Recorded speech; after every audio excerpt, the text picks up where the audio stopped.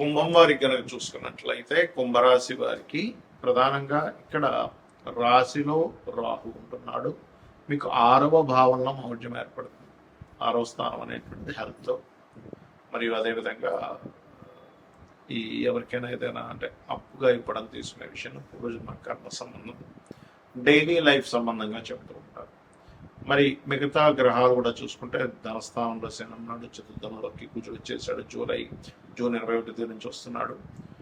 June 16 నుంచి Ravi July 17 వరకు అక్కడ ఉంటూ జూలై 17కి కర్కాటకంలో వచ్చి కంబస్ట్ అవుతున్నాడు. అంటే జూలై 15 నుంచి అయిపోతున్నాడు అనుకోండి. జూలై 15 నుంచి ఆగస్టు 13 వరకు అతనికి అస్తంగత దోషం ఉంటుంది. అదేవిధంగా సప్తమంలో శుక్రుడు కేతుతో కూడా కలుస్తున్నాడు. మరి ఈ యొక్క గ్రహస్థితిని అనుసరించి మీకు ఎలా ఉండబోతుంది, ఏ దేవత ఆరాధన చేయాలి అనేటువంటి అంశాలు చెప్తుంది నేనైనప్పటికీ చెప్పిస్తుంది సాక్షాత్ దత్తాత్మగా భావిస్తూ, ప్రధానంగా ఇక్కడ ఎవరికైనా అప్పులు ఇవ్వడం తీసుకునే విషయంలో ఈ మౌఢ్యమి సమయంలో జాగ్రత్తగా ఉండాలి. అంటే ఈ జూలై 15 నుంచి ఆగస్టు 13 వరకు అప్పు ఇవ్వడం కానీ అప్పు తీసుకోవడం కానీ మీ నిత్య జీవితంలో వీటి వల్ల కొంత స్ట్రక్ అవుతారు. అయ్యో అనవసరంగా డబ్బులు ఇవ్వడం వల్ల నేను ఇరుక్కుపోయాను, వాళ్ళ దగ్గర నుంచి అనవసరంగా తీసుకొని నేను ఇరుక్కుపోయినట్టున్నాను అనేటువంటివి జరుగుతాయి. కాబట్టి చాలా జాగ్రత్తగా ఉంటుంది. అలాగే ఈ loans not only home loans తీసుకునేటప్పుడు కానీ పర్సనల్ లోన్సే కాదు విషయంలో జాగ్రత్తగా ఉండాలి. వివాహం సంబంధించిన నిర్ణయాలు సహజంగా మౌఢ్యం సమయంలో ఎవరు కూడా వివాహం సంబంధించిన వాటి జోలికి వెళ్ళారు. అయితే ఇలాంటి శని మీకు ధనస్థానంలో ఉన్నటువంటిది మరింత మీకు ధనపరమైన విషయంలో ఆటంకాలు కలగకుండా బాగా రావాలి అంటే నూనె మీకు దగ్గరలో దత్తాత్రేయ ఆలయం కానీ దక్షిణామూర్తి ఆలయం కానీ గురు సంబంధించిన ఆలయాలు లేదా శివాలయంలో కానీ మీరు నూనెను దానంగా ఇవ్వండి. ఇచ్చినట్లయితే ఖచ్చితంగా మీకు బాగుంటుంది, అందులో ఎటువంటి సందేహం లేదు.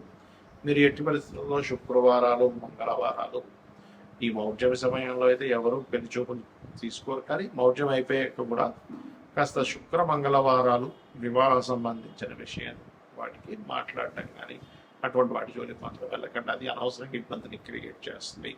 ఇక మీరు నిత్యము చేయవలసింది విష్ణు సహస్రనామాలు, దక్షిణామూర్తి యొక్క ఆరాధన, దత్తాత్రేయుడి యొక్క చరిత్ర పారాయణం చేయండి. అనే విధాలుగా ఉంటుంది. ఈ మౌఢ్యమి సమయంలో అసలు ఎలాంటి పనులు చేయాలి, అలాంటి పనులు చేయకూడదు చాలా మంది అడుగుతున్నారు.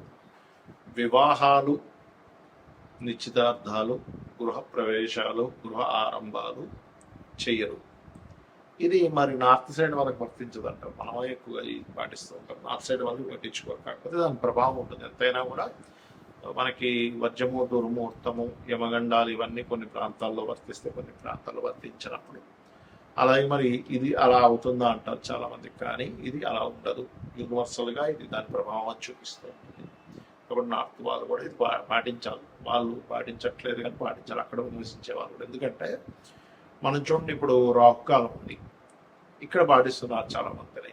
మీరు కనుక తమిళనాడులో కనుక నివాసం ఉన్నట్లయితే ఖచ్చితంగా రాహుకాలాన్ని అక్కడ పాటించాలి. ఇక్కడ ఉన్నప్పుడు వజ్రము, దుర్ముహూర్తము, అదేవిధంగా యమగండం పాటించాలి. కానీ ఈ మౌఢ్యమి సంబంధించినవి ప్రపంచం మొత్తం పాటించాలి. అయితే చాలామంది ఈ మౌఢ్యమికి కొన్ని తెలియని కొన్ని ఎలా అంటే రెగ్యులర్గా చేసేవి కూడా ఆపుతూ ఉంటారు. అంటే అలాగా ఉద్యోగం వచ్చింది, ఉద్యోగంలో జాయిన్ అవ్వాలి, మౌఢ్యమితో సంబంధం లేదు. అది మీ యొక్క జీవితానికి సంబంధించినటువంటి మీ నిత్య జీవితంలో మీకు డబ్బులు రావాలంటే కాబట్టి మౌఢ్యమితో సంబంధం లేదు, గుర్తుపెట్టుకోండి. అలాగే రెంటిల్లు మారుతున్నారు, పెద్దగా సంబంధం ఉండదు మౌఢ్యమితో. కాకపోతే మౌఢ్యంలో అవాయిడ్ చేస్తే మంచిది. అంతేగాని పెద్ద దానివల్ల ఏదో వస్తుందని మాత్రం అనుకోకండి. అదేవిధంగా ఇంకొంతమంది కొన్ని మరమ్మతులు చేయించుకుంటూ ఉంటారు ఇంట్లో. ఏమైనా వాస్తు దోషం ఉంది, మౌఢ్యంలో చేయించుకోవచ్చు, ఏమీ సంబంధం లేదు. నువ్వు సెట్ చేసుకునే దానికి చేసుకోవచ్చు. ఎలా అయితే ఔషధ సేవన విషయంలో ఫలానా నక్షత్రాలు మంచిదని చెప్తాడు, కానీ నీకు అత్యవసరం ఉన్నప్పుడు వ్యక్తి కత్తో పొడి చేశాడు, బ్లడ్ వచ్చేస్తున్నాము, ఇప్పుడు మౌఢ్యం ఉందండి, ఈరోజు దుర్ముహూర్తం ఉంది, వర్జ్యం ఉంది, లేకపోతే ఏమన్నా ఉంది, ఇప్పుడు హాస్పిటల్కి వెళ్ళకూడదంటే ఎలా? యాక్సిడెంట్ అయింది, వెంటనే తీసుకెళ్ళి వాడు అతను రిపేర్ చేయించాలి. అత్యవసర వస్తువుల్లో ధర్మం ఎలా అంటే మీకు ఆపద్ధర్మాలు అనుకుని ఉంటాయి. అలాంటి సందర్భాల్లో ఈ మౌఢ్యం సంబంధం లేదు.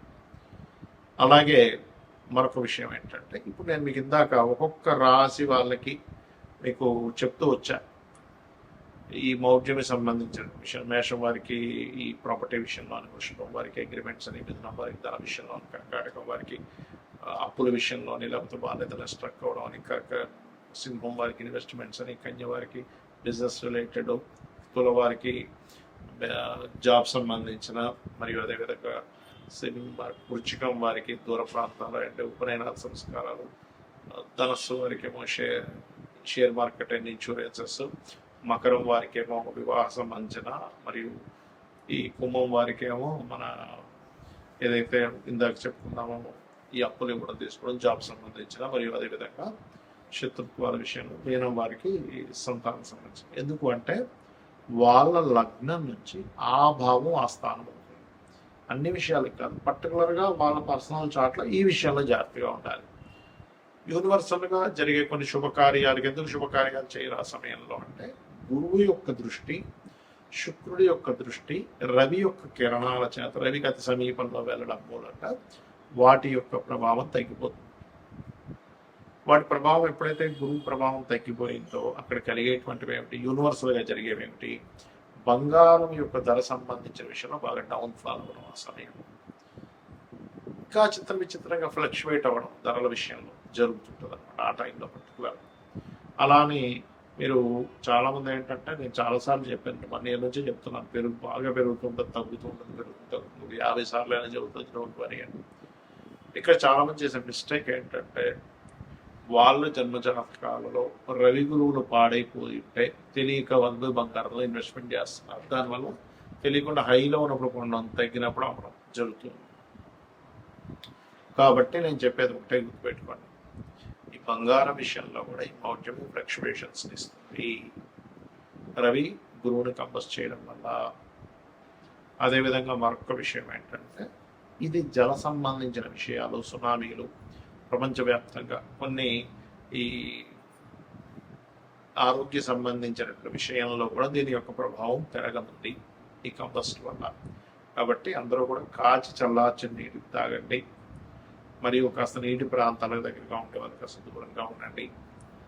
అదేవిధంగా ఇది ఒక రకంగా చెప్పాలంటే ఒక జీవాత్మ సంయోగం అంటూ ఉంటారు. ఎవరికైనా ఈ కాంబినేషన్ ఉన్నప్పుడు వాళ్ళకి ఇంట్యూషన్స్ కూడా బ్రహ్మాండంగా పనిచేస్తాయి చెప్పాలంటే.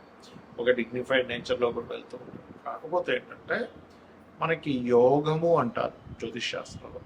మన జన్మజాతకంలో కానీ గోచారంలో కానీ 2 గ్రహాల కలయిక, లేదా ఒక గ్రహం ఒక రాశిలో ఉన్నప్పుడు యోగము, ఒక గ్రహం ఒక నక్షత్రంలో ఉన్నప్పుడు యోగము, గ్రహంతో కలిసి ఉన్నప్పుడు ఇంకొక యోగం, 2-3 గ్రహాలతో కలిస్తే మరొక యోగం. ఇలా యోగము ఏర్పడి గోచారంలో ఇచ్చే రిజల్ట్స్ చాలా బలంగా ఉంటాయి, గుర్తుపెట్టుకోండి. యోగం ఏర్పడకుండా ఇచ్చేటువంటి రిజల్ట్స్ వేరు, 2 గ్రహాలు కలిసినప్పుడు వేరు. కాబట్టి మీరు ఏం చేస్తారంటే, మీకు జన్మజాతకం తెలియదు, అసలు ఏం చేయాలో అర్థం కావట్లేదు, మీ డేట్ ఆఫ్ బర్త్ లేదు, అలాంటప్పుడు కూడా ఏం టెన్షన్ పడకుండా సూర్యనారాయణమూర్తి యొక్క ఆరాధన, లలితా సహస్రనామాలు, వీలైతే లలితా సహస్రనామాలు సూర్య భగవాను చూస్తూ ఓం భానుమండల మధ్యస్థ భైరవీ భగవాన్ నమః మంత్రం చేయండి, అనేది తెలబాగుంటుంది.